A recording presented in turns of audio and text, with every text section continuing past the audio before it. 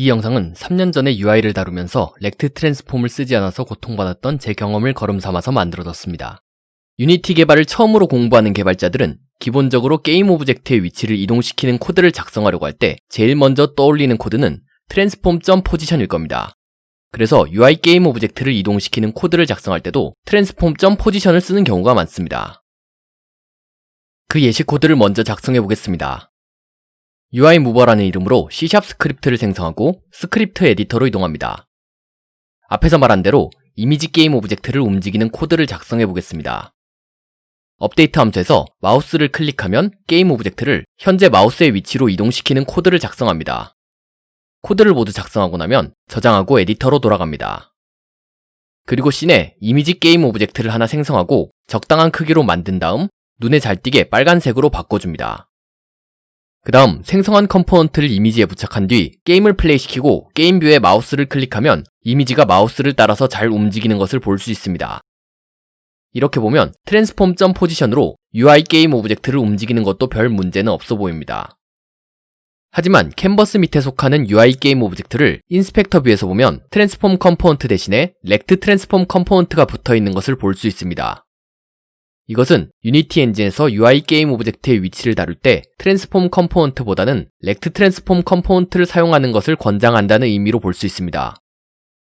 그럼 우선 렉트 트랜스폼의 구성에 대해서 알아보도록 합시다. 렉트 트랜스폼 컴포넌트와 트랜스폼 컴포넌트를 비교해보면 트랜스폼 컴포넌트는 단순하게 포지션, 로테이션, 스케일 값만을 가지는 것과 달리 렉트 트랜스폼 컴포넌트에는 로테이션과 스케일은 그대로지만 위치와 더불어 앵커라는 것이 추가되어 있습니다. 이 앵커는 UI 게임 오브젝트의 기준점입니다.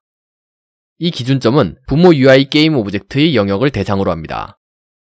기본적으로는 앵커의 기준점이 미들, 센터로 되어 있습니다. 이것을 씬뷰에서 보면 제일 바깥의 하얀 사각형이 부모 UI 게임 오브젝트의 영역이며 빨간색 이미지 중간에 4개의 삼각형이 짚고 있는 지점이 미들, 센터입니다. 캔버스 바로 아래에 있는 UI 오브젝트의 부모 UI 영역은 일반적으로 스크린 전체를 의미합니다. 이렇게 파란 이미지와 조금 작은 초록 이미지를 만든 뒤 초록 이미지를 파란 이미지의 자식 게임 오브젝트로 만들어 봅시다. 그런 다음 자식 게임 오브젝트인 초록 이미지를 선택해보면 부모 UI 영역인 하얀 사각형이 파란 이미지의 크기만큼 지정되어 있고 앵커 역시 파란 이미지의 중심에 있는 것을 볼 수 있습니다. 한마디로 자식 UI 오브젝트의 위치는 부모 UI 오브젝트의 영역을 대상으로 잡은 앵커를 중심으로 계산됩니다. 다시 빨간색 이미지를 선택하고 인스펙터 뷰를 보겠습니다. 렉트 트랜스폼 컴포넌트를 보면 빨간색 십자선이 그려진 사각형 이미지를 볼 수 있습니다. 이것을 선택하면 앵커의 위치를 정할 수 있는 몇 가지 프리셋을 보여주는데 너비 앵커에는 레프트, 센터, 라이트, 스트레치를 제공하고 높이 앵커에는 탑, 미들, 바텀, 스트레치를 제공합니다. 너비 앵커의 레프트, 센터, 라이트와 높이 앵커의 탑, 미들, 바텀 옵션은 부모 UI 영역의 왼쪽, 가운데, 오른쪽, 상단, 중단, 하단 같은 특정한 위치를 의미합니다. 여기서 선택된 위치를 기준으로 UI 오브젝트의 위치가 결정되고 와이드와 헤이트로 UI의 크기가 결정됩니다. 그리고 스트레치 옵션은 방금 전의 위치 앵커와는 조금 다른 방식으로 UI의 위치와 크기가 결정됩니다. 너비 앵커와 높이 앵커를 둘 다 스트레치로 변경해 보겠습니다. 그러면 포스 X, 포스 Y, 와이드, 헤이트로 되어 있던 렉트 트랜스폼의 프로퍼티가 레프트, 탑, 라이트, 바텀으로 변경된 것을 볼 수 있습니다. 각각의 프로퍼티는 부모 UI 영역의 경계선으로부터의 거리를 의미하며 부모 UI 영역의 너비와 높이의 변화에 영향을 받게 됩니다. 단순한 예시로 이렇게 화면의 해상도와 캔버스의 크기가 바뀌면서 부모 UI 영역의 너비가 늘어나면 이렇게 부모 UI의 경계선과 레프트, 라이트의 간격을 유지하기 위해서 이미지 역시 늘어나게 됩니다. 그럼 이 앵커는 어떤 용도로 사용할 수 있을까요? 개발 경험이 많지 않은 개발자분들은 게임을 만들다 보면 UI를 과연 어느 해상도에 맞춰서 만들어야 할지 도무지 감이 잡히지 않을 겁니다. 모바일만 해도 무수히 다양한 비율과 해상도의 디바이스가 있고 PC게임 역시 플레이어들이 사용하는 모니터의 해상도가 다양합니다. 거기에 더불어 PC게임은 창모드에서 해상도를 마음대로 조절까지 할 수 있습니다. 이렇게 해상도가 마음대로 변하는 상황에서도 UI 레이아웃을 유지하기 위해서 사용하는 것이 바로 앵커입니다. 자, 이 빨간 이미지를 일종의 아이콘이라고 가정하고 항상 화면의 왼쪽 상단에 위치시키고 싶다고 가정해 봅시다. 그런데 앵커가 기본 상태인 미들 센터인 상태에서 화면의 해상도가 바뀌면 어떻게 될까요? 지금 해상도는 1920 곱하기 1080으로 되어 있는데 1080 곱하기 1920으로 바꿔보겠습니다. 해상도가 바뀌면 이미지가 원하는 위치를 벗어나 버리는 것을 볼 수 있습니다. 아까 전에도 이야기한 것과 같이 UI 레이아웃이 깨져버린 거죠. 이 문제를 해결하기 위해서 앵커를 탑 레프트로 설정하고 위치값을 적절하게 잡아주면 됩니다. 그러면 어떤 해상도로 바뀌어도 빨간 이미지는 항상 왼쪽 상단에 위치하게 됩니다. 두 번째 예시로는 화면 상단에 항상 메뉴바 같은 것을 띄우고 싶을 때입니다. 이런 상단바는 모바일 게임에서 자주 사용되는 것으로 많은 개발자들이 잘 알고 있듯이 모바일 기기는 신비하고 기괴한 해상도의 디바이스가 아주 많습니다. 그렇기 때문에 모바일 디바이스별 해상도 대응에도 반드시 신경을 써야 합니다. 이런 상단바도 UI 앵커를 미들 센터로 두면 해상도가 바뀔 때마다 UI가 원하는 위치를 벗어나 버리게 됩니다. 상단바는 앵커를 탑 스트레치로 설정해주고 위치를 잡으면 됩니다.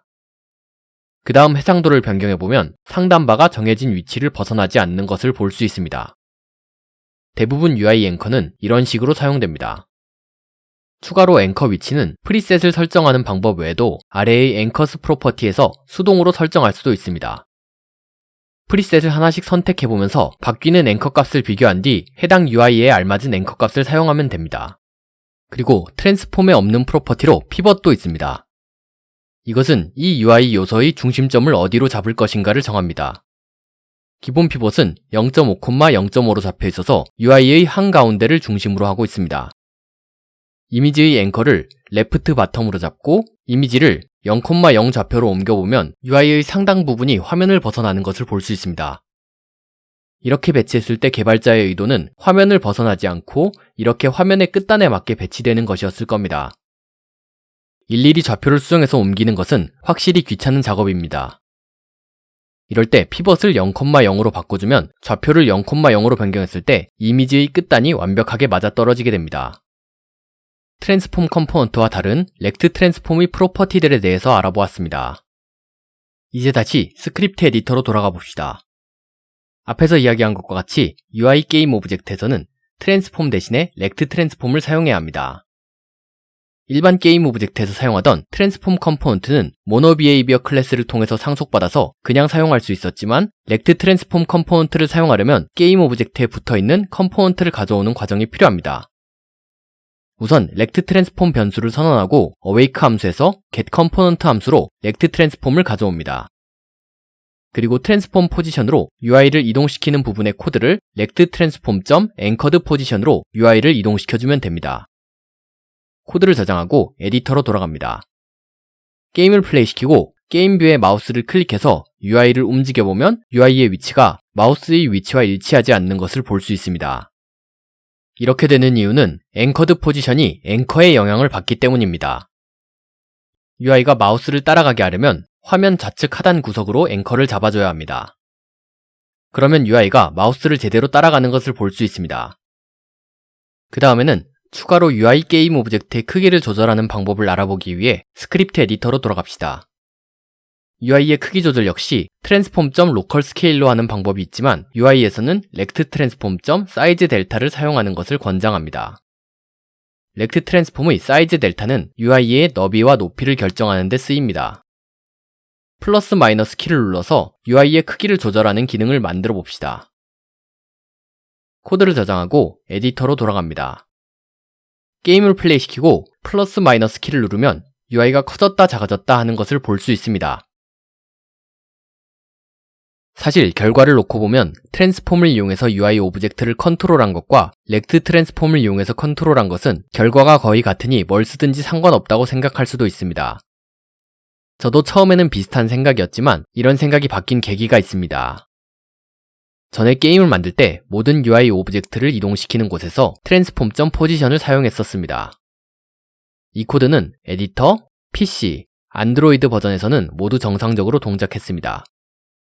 하지만 iOS 버전 빌드에서 이동해야 할 UI들이 정상적인 위치가 아닌 화면 좌측 하단 구석에 고정되는 문제가 발생했습니다.